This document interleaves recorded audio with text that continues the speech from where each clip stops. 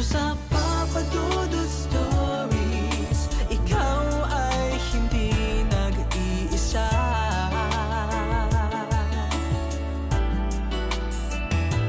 Dito sa Papa Dudut Stories, may nagmamahal sa'yo. Papa Dudut Stories, Papa Dudut Stories. Dear Papa Dudut, sa lahat po ng mga nakatutok ngayon, huwag kalimutan na mag-like, mag-share at mag-subscribe.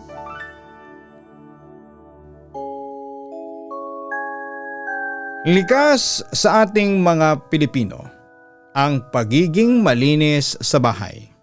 Para sa atin ay ito ay isang bagay na nakapagpapagaan sa ating pakiramdam at buhay. Ngunit paano kung ang bagay na iyong nakasanayan ay magdulot ng bigat imbes na gaan ng kalooban? Dear Papa Dudut, isang mapagpalang araw po sa inyo. Ako nga pala si Michelle, hindi ko tunay na pangalan. 34 years old at kasalukuyan pong nagtatrabaho bilang isang kasambahay. Ito na po ang siyang nakasanayan kong hanap buhay simula nung ako ay makapagtapos ng high school. Hindi na ako nakapagkolehiyo dahil na din po sa hirap ng buhay at napagpasyahan kong tumulong na lamang sa aking mga magulang upang kahit papaano ay magkaroon ng magandang kinabukasan ng aking mga nakababatang kapatid. Ang programa po ninyo ang isa sa mga pampalipas oras ko sa tuwing nagpapahinga ko. At tapos na sa aking mga gawain. Sa totoo lang po, napakalaking tulong ng inyong programa sa akin dahil nalilibang ang aking isipan. At pansamantalang nakakalimutan ko ang aking mga suliranin. Mula sa mga drama at nakakatakot ninyong mga kwento na ine-ere ay talaga naman pong willing-willy ako. Masasabi nga pong isa ako sa mga avid fan ninyo, Papa Dudut. Ngunit hindi ko po akalain na darating ang panahon na maging ako ay magiging isa sa inyong mga letter sender. Nang akala ko na ang kwentong nakakalibang sa akin ay akin din po palang posibleng maranasan. Hayaan niyo pong ibahagi ko sa inyo ang karanasan ko sa buhay na kailanman ay hindi ko makakalimutan. Bago po ako napadpad sa aking pinapasukan ngayon, ay nagtrabaho po muna ako sa bahay ng isang mag-asawang Chinese. Mahilig ang mga itong mangolekta ng mga antigong kagamitan at dinedisplay ito sa kanilang sala o kwarto. Nakakatuwa din naman po dahil talaga namang magaganda ang kanilang mga inuuwing mga lumang kagamitan. Lalo na yung mga galing sa iba't ibang bansa na kanilang napupuntahan. Isa sa mga paborito nilang kolektahin ay yung mga maliliit na banga na may kakaibang disenyo. May isang shelf sila na ito lamang ang mga laman. Sa totoo lang po ay medyo creepy para sa akin ang mga ganito dahil na din siguro sa mga napapanood kong mga nakakatakot na palabas tungkol sa ganitong mga bagay. Di ba nga po ay meron pang pelikula kung saan ay may kung anong elemento ang lumalabas mula sa ganitong mga banga. Kahit pa nga sabihing maliliit lamang ang mga ito ay nagdadala pa din ito ng kakaibang kilabot sa akin. Isa pa ipansin ko din na sa bawat banga na kanilang dinadala ay tila may mga Chinese character na nakasulat dito. Minsan ko na itong tinanong sa aking amo kung ano ang ibig sabihin ng mga ito. Ngunit ang sagot lamang nila ay mga pangalan daw yon ng mga taong hindi nila gusto. Tinatanong ko din kung bakit nilalagay nila dito ang pangalan ng mga taong yon. Pero isang nakakakilabot ng ngiti lamang ang ibinigay nila sa akin. Bagaman at hindi nila ako sinasagot ay isang babala naman ang iniwan nila sa akin. Nasa tuwing lilinisin ko daw ang mga banga na yon ay ingatan ko na huwag itong mababasag. Dahil ang anuman daw na nasa loob nito ay maaaring mapasa sa akin o sundan ako. Nang marinig ko po ang mga bagay na yon ay nakaramdam ako ng matinding takot. Kahit naman po siguro sinong sabihan ng ganon ay makakaramdam din ng kilabot. Lalo pa nga at hindi ko naman naintindihan ang ganong mga bagay at mga nakasulat dito.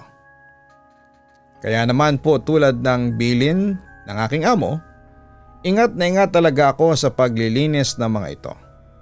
Hanggat maaari nga ay ayokong hawakan ang mga yon. Pero mas gumagana kasi ang pagiging masinop sa gamit ko. Kaya naman kahit na kinakabahan ako ay patuloy ko itong nililinis. Sa katagalan din po ay nakasanayan ko na rin ang ganitong gawain, kaya naman medyo nabawasan na rin ang kabang nararamdaman ko sa tuwing hinahawakan ko ang mga ito. Pero may mga times po talaga na parang ang creepy ng shelf na yon. Alam niyo yung pakiramdam na banga lamang naman sila. Pero parang sa tuwing dadaan ako doon ay parang may mga mata ang mga ito na nakatingin sa akin at pasimpleng nagmamatyag. Naisip ko pa nga noon na hindi kaya may hidden camera sa isa sa mga banga na yon, kaya ganon ang aking pakiramdam.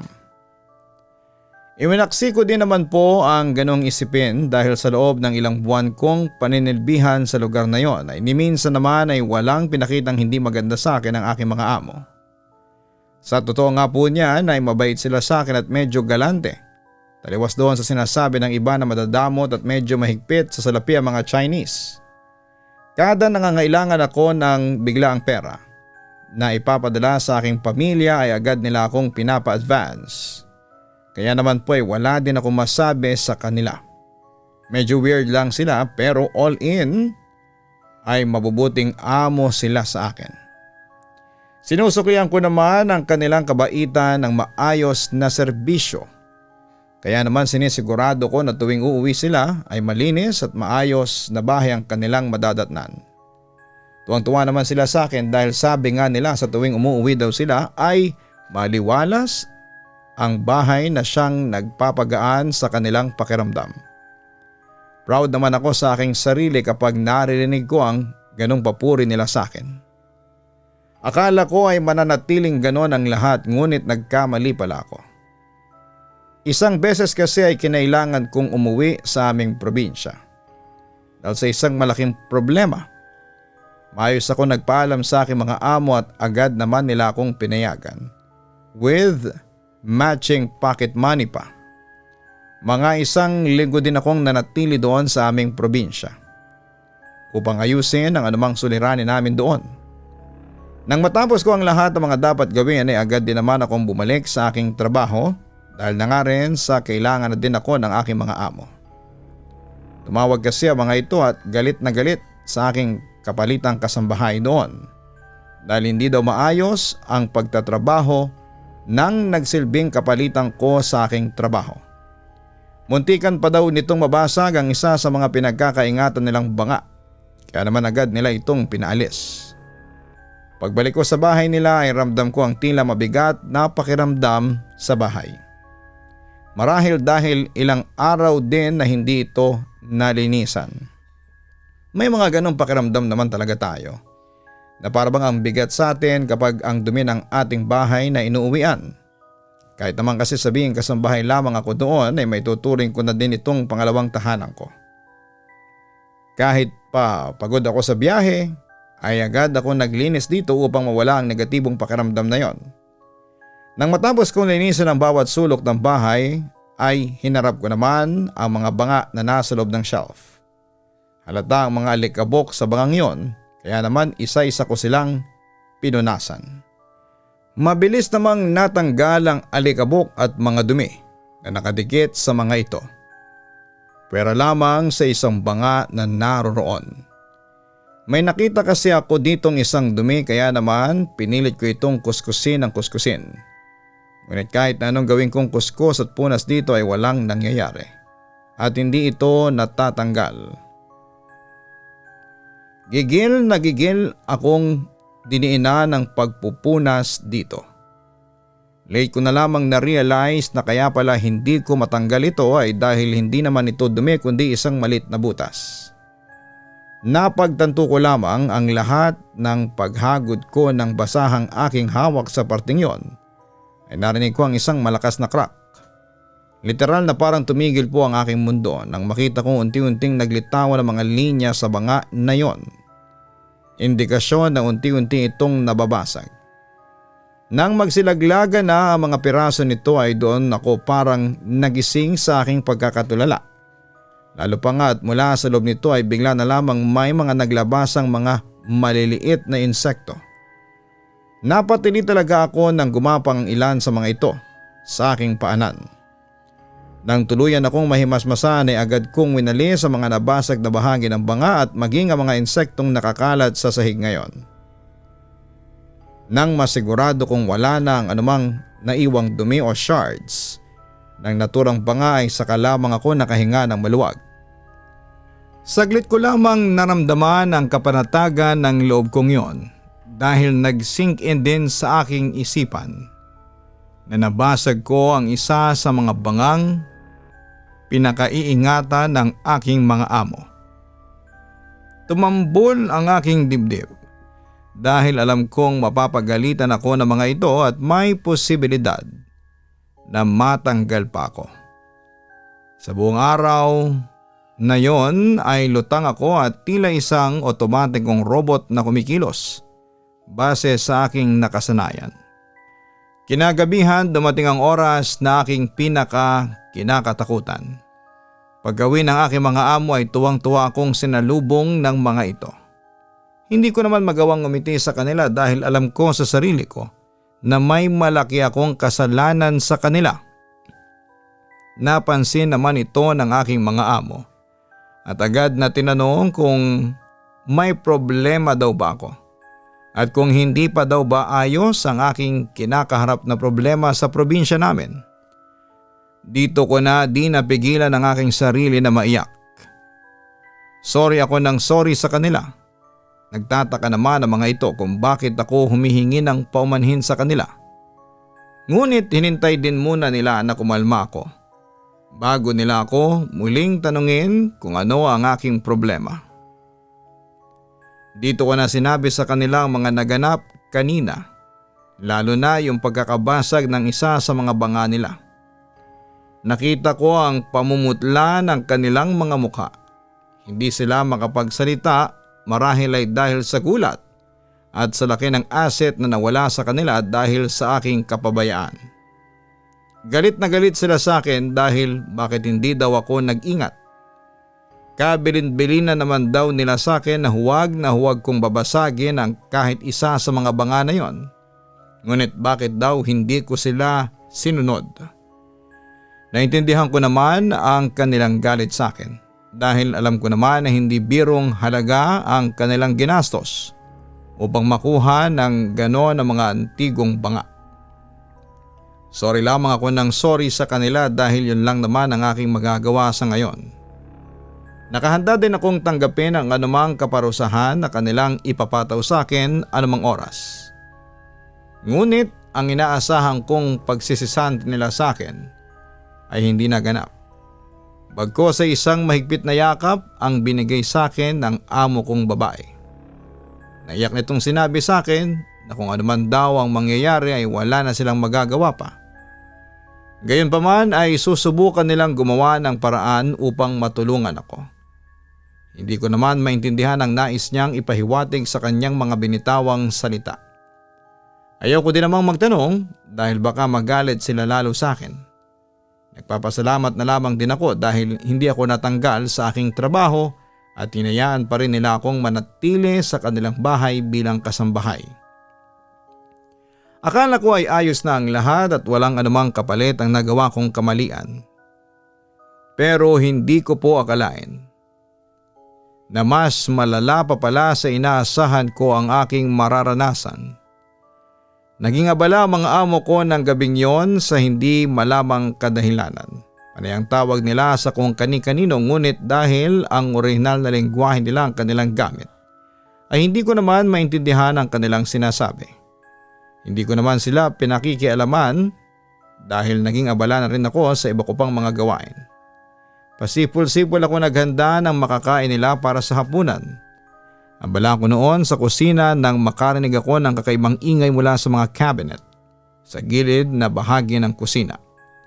Napalingon naman ako dahil baka mamaya ay may nakapasok o naninirahan ng daga sa mga ito.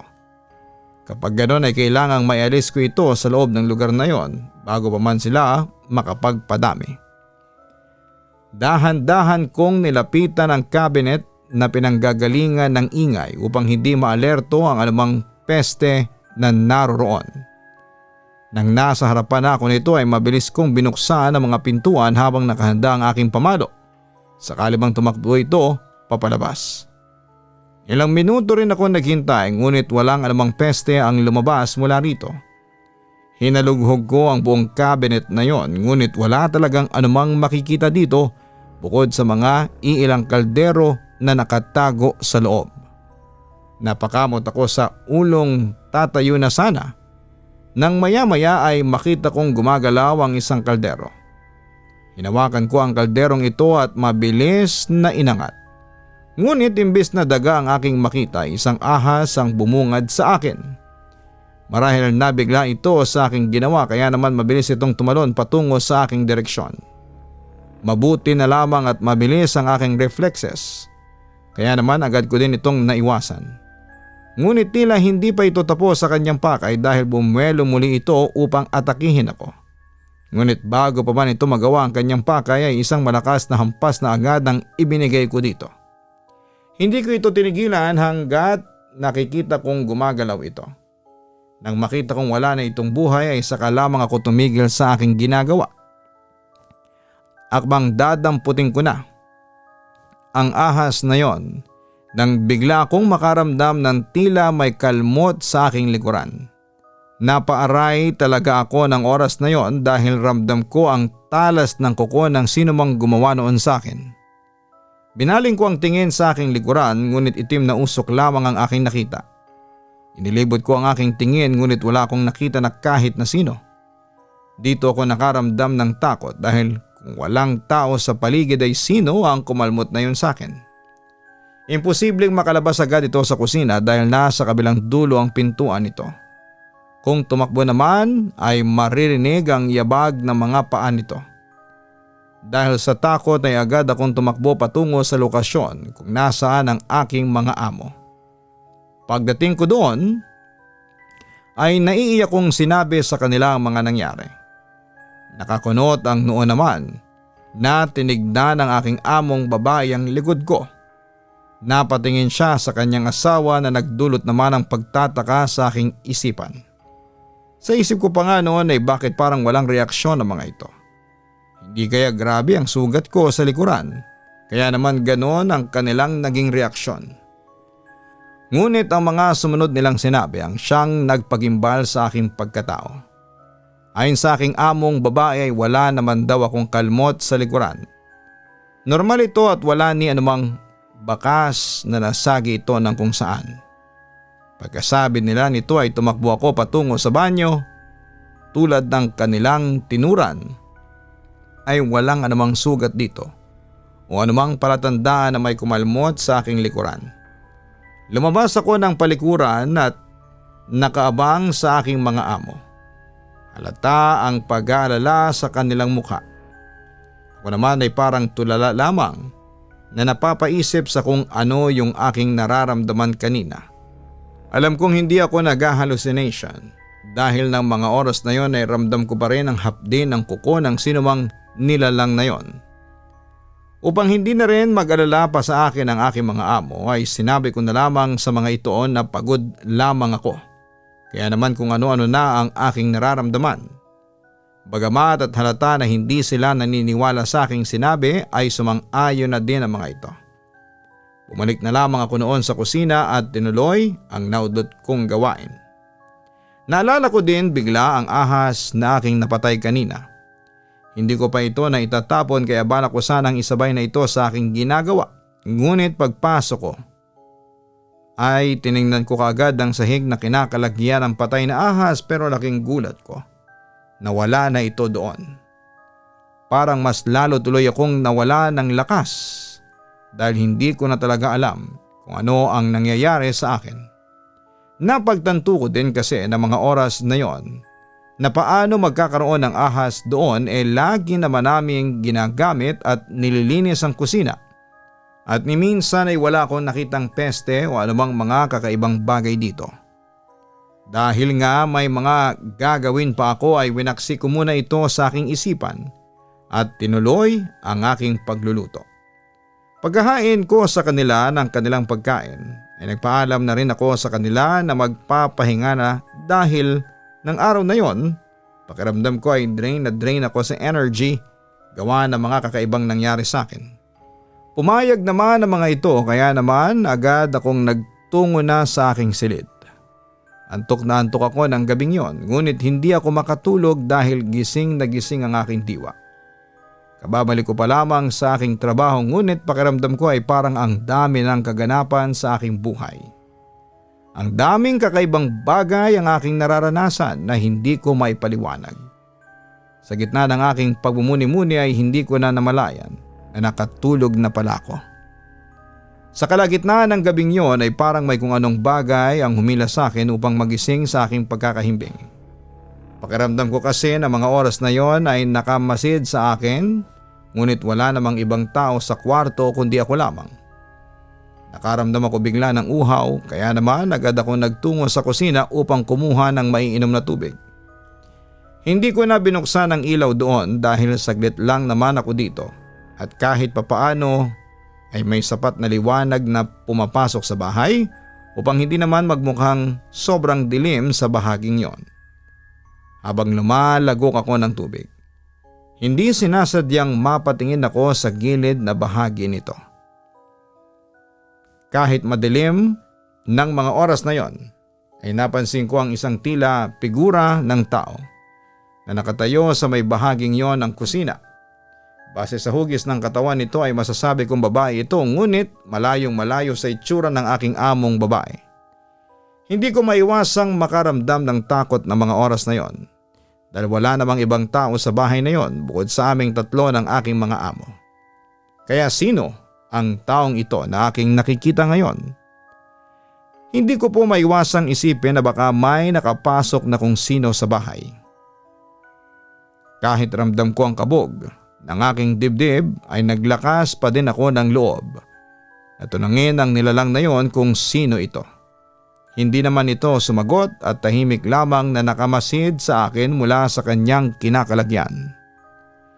Inulit kong muli ang aking tanong and this time ay medyo mas mataas na ang aking boses. Dahil parang pinaglalaruan ako ng nilalang na yon na siyang kinainis ko. Hindi ko inalis ang tingin ko sa kanya at ganon din naman ito sa akin. Ilang saglit pa ay bigla itong gumalaw. Naglakad ito ng bahagya. Dahil medyo ingat nga ako ay umatras naman ako. Maya-maya pa ay mabilis itong umupo. Ang mga kamay nito ay nasa harapan niya habang ang mga daliri nito ay medyo nakabukaka. Alam niyo yung itsura ng aso kapag nakaupo sila at handang umatake. Ganon na ganon ang kanyang postura ng mga oras na yon. Nanatili naman akong nakikiramdam sa gagawin nito habang ang mga kamay ko ay naghahanap ng anumang bagay na maaari kong magamit upang ipagtanggol ang aking sarili kung sakali mang bigla ako nitong atakihin. Nahawakan ko noon ang isang kawali. Agad ko itong hinawakan at pwenuesto sa aking harapan. Akala ko ay muling tatayo ang nilalang na yon ngunit nagulat ako nang mula sa kanyang posisyon ay patakbo itong nagtungo sa aking pwesto. Rinig ko pa rin ang tila angil nito habang papalapit sa akin. Agad akong bumuelo at buong pwersang hinampas ito ng hawak kong kawali. Natumba naman ito at napahandusay sa sahig.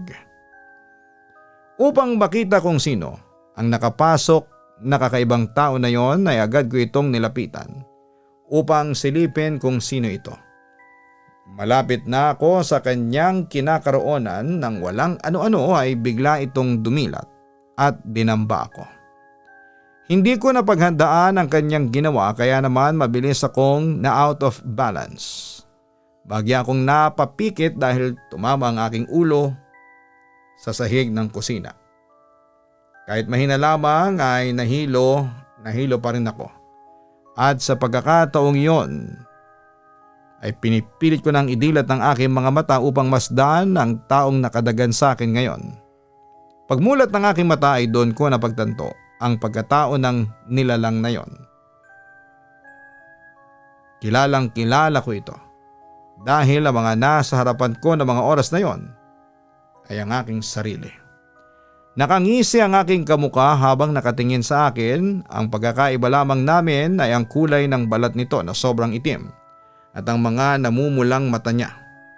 Nakatingin ito sa akin at tila natutuwa pa sa takot at pagtatakang rumirehistro sa aking mukha. Hindi ko alam ang gagawin ng mga oras na yon at para bang nablangko ang aking utak dahil sa hindi may paliwanag na pangyayaring ito. Nagising lamang ako sa aking pagkakatulala nang biglang bumukas ang ilaw ng kusina at ilawan nito ang aking mga amo. Mabilis namang naglaho na parang bula ang nilalang na yon sa aking harapan. Hindi pa din ako makatayo ng mga panahong yon dahil sa panghihina na rin ng aking mga tuhod.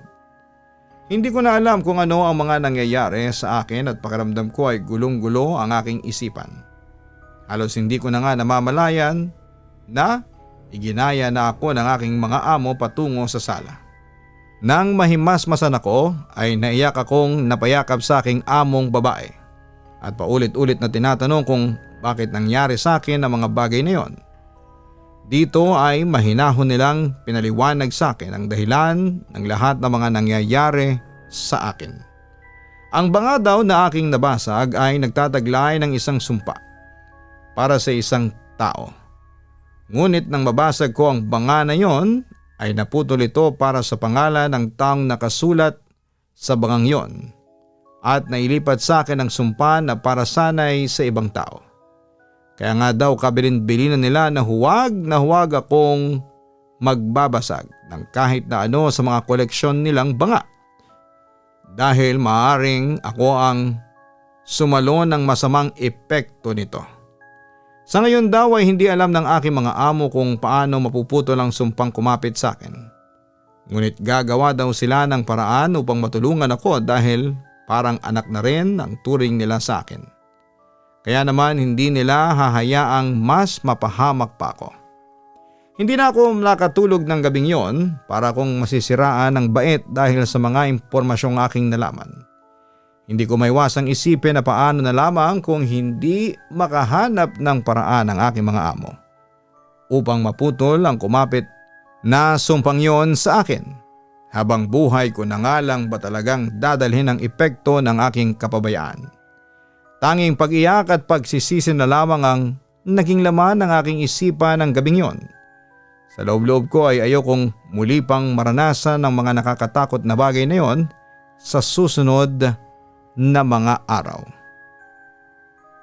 Inilaan ko ang gabing yon sa pagdarasal sa Panginoon na naway tulungan niya ako upang malampasan ang aking sitwasyon.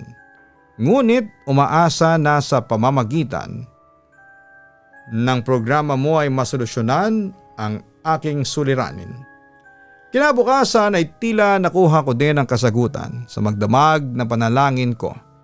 Dahil bandang tanghali ng araw na yon ay nagmamadali akong pinagbihis ang aking mga amo upang magtungo sa isang templo. Ayon sa kanila ay may kakilala daw sila na nagsabi na maaaring maputol ang sumpang kumapit sa akin, ngunit tanging sa templo lamang maaaring gawin ang ritual na kinakailangan. Habang nasa biyahe kami patungo sa lugar kung nasaan ang templong sinasabi nila, ay nagpatuloy naman ako sa aking panalangin na sana bago matapos ang araw na yon ay makuha ko ang kapayapaang ninanais ko. Makalipas ang ilang oras, ay nakarating na kami sa aming destinasyon. Agad akong iginaya ng aking mga amo patungo sa taong makakatulong sa akin. Pagdating namin doon ay nakaharap naman ang tila isang pare na namamahala sa nasabing lugar. Pagkakita pa lamang nito sa akin ay alam na niya kaagad ang aking suliranin. Nakahinga naman kami ng maluwag nang sabihin nito na maaari pang makontra ang sumpang kumapit sa akin dahil hindi pa ito kumpleto at bago pa lamang. Mahina pa daw ito kaya maaari pa itong maalis sa pamamagitan ng isang ritual. Inayos lamang nila ang kailangan nilang gamit. Nang matapos yon ay pinapwesto nila ako sa gitna. Tahimik namang naghintay sa akin ng aking mga amo. Ilang saglit pa ay sinimula na nila ang pagdarasal sa lengguwaheng hindi ko naman maintindihan. Nakaupo lamang ako sa gitna, ngunit ng mga bandang mga kalagitnaan na ng kanilang pananalangin ay bigla ako nakaramdam ng pamimigat ng aking katawan. Hindi ko mapigilan na hindi mapahiga dahil kasabay ng bigat na yon na aking nararamdaman ay ang panghihina din ng aking katawan. Nabanggit din naman sa akin ng paring aming nakausap na normal lamang na maramdaman ko ang ganitong bagay dahil indikasyon daw yon na naaalis sa aking katawan ng anumang negatibo at masamang enerhiya na pumasok dito nang mabasag ko ang sinumpang banga. Tumagal din marahil ng mahigit 1 oras ang ritual na yon bago ko nakita na tila may kung anong maitim na bagay na lumabas sa aking katawan. Pagkasambit ng pare ng huling mga kataga ng dasal ay kasabay din ito ay ang paglalaho ng itim na bagay na nanggaling sa aking katawan. Matapos nito ay sinabihan ako ng pari na yon na ayos lang ang lahat at wala na akong dapat na ikabahala. Nakahinga naman ako ng maluwag maging ang aking mga amo dahil sa wakas ay natapos na rin ang anumang kamalasang kumapit sa akin. Todo pasalamat talaga ako sa tumulong sa amin noon. Matapos ang kaganapang yon ay parang nag-iwan ito ng lamat sa aking pagkatao. Kaya naman agad kong kinausap ang aking mga amo na hindi ko na kayang manatili sa kanila dahil natatakot akong muli na maulit ang ganong pangyayari. Malungkot man sila sa akin naging desisyon ay naiintindihan naman daw nila. Kaya naman agad nilang tinanggap ang aking desisyon. Nang makahanap din ako ng aking kapalit ay umalis na rin po ako sa kanila. Bagaman at nagdala ng takot sa akin ang mga kaganapang yon sa aking buhay, ay nagsilbi din po itong paalala sa akin at aral na rin na may mga bagay talaga sa ating mundo na hindi natin maipaliwanag kaya naman mahalaga na sa bawat araw ay lagi tayong mag-iingat. Maraming salamat po sa inyong oras na basahin ang aking liham, Papa Dudut, naway mas marami pa kayong maibahaging istorya sa inyong mga tagapakinig. Lubos na gumagalang, Michelle. Minsan dala na rin ang ating pagiging kampante. Sa isang lugar ay nakakalimutan na natin ang mga habilin sa atin na iniiwan at minsan ay nagresulta sa mga bagay na hindi natin inaasahan. Parati sana nating tandaan na may mga bagay sa ating mundo na hindi natin maipaliwanag at nagkukubli lamang sa iba't ibang anyo at paraan. Kaya naman mahalaga na maging maingat sa lahat ng oras upang sa gayon ay hindi tayo maging biktima ng anumang masasamang puwersa na siyang magdadala sa atin sa kapahamakan.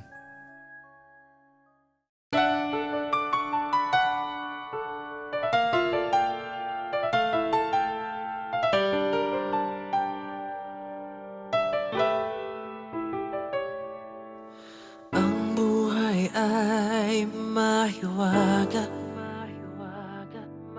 laging may lungkot at saya. Sa Papa Dudut Stories, laging may karamay ka.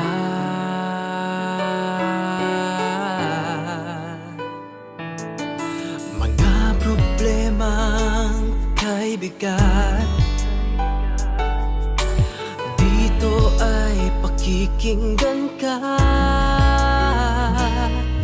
Sa Papa Dudut Stories, kami ay iyong kasama. Dito sa Papa Dudut Stories, ikaw ay hindi nag-iisa.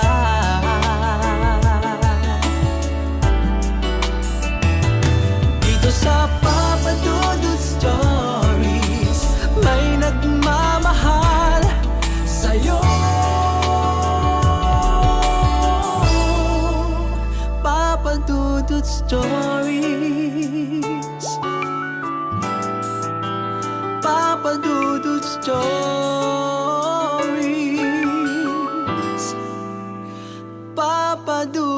Stories.